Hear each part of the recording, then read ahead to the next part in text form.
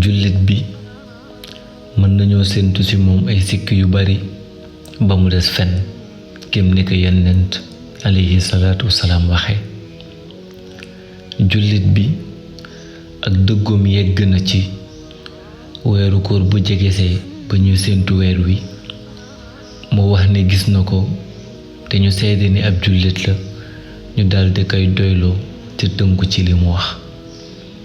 waaye ndax tey ñun jullit ñi mënees nañoo doyloo sunuy kàddu? ndax tey ñun jomb nañoo wax lu dul dëgg? li fi jot a xew ci bés yi buñ ci sukkandikoo li nga ci mën a jàpp mooy ni jullit yu tey fen wax lu dul dëgg lu suufe la ci ñoom, lu ndaw la ci ñoom, lu woyof la ci ñoom, ba da ngay dem sax ba lu waay wax da nga ci sikki sàkk doo amati sañ-sañu di ci sukkandiku. ci misaal rekk procès bi am ci fan yi weesu firnde la ci benn àtte buy daw ay jullit ne dañuy xibaar la fa xew ngir ñi fa teewul mën a xam li fa xew.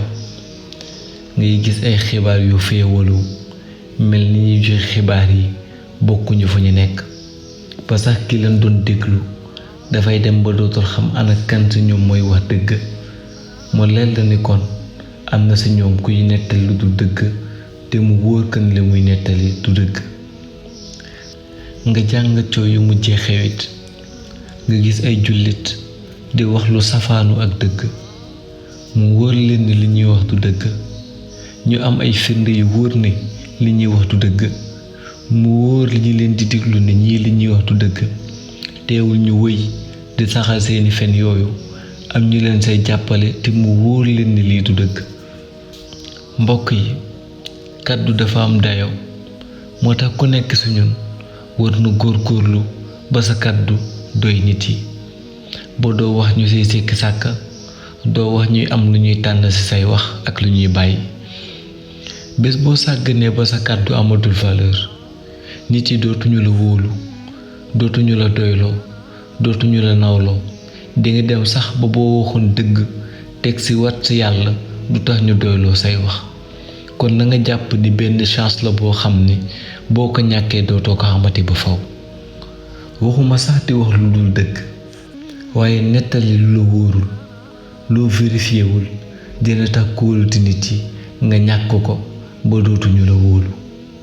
moo tax ñi yor ay page ak di partager rekk war a tey def ndànk bépp xibaar booy tasaare nga leerlu ba xam ndax wér na walla déet laata nga ciy lor ay nit.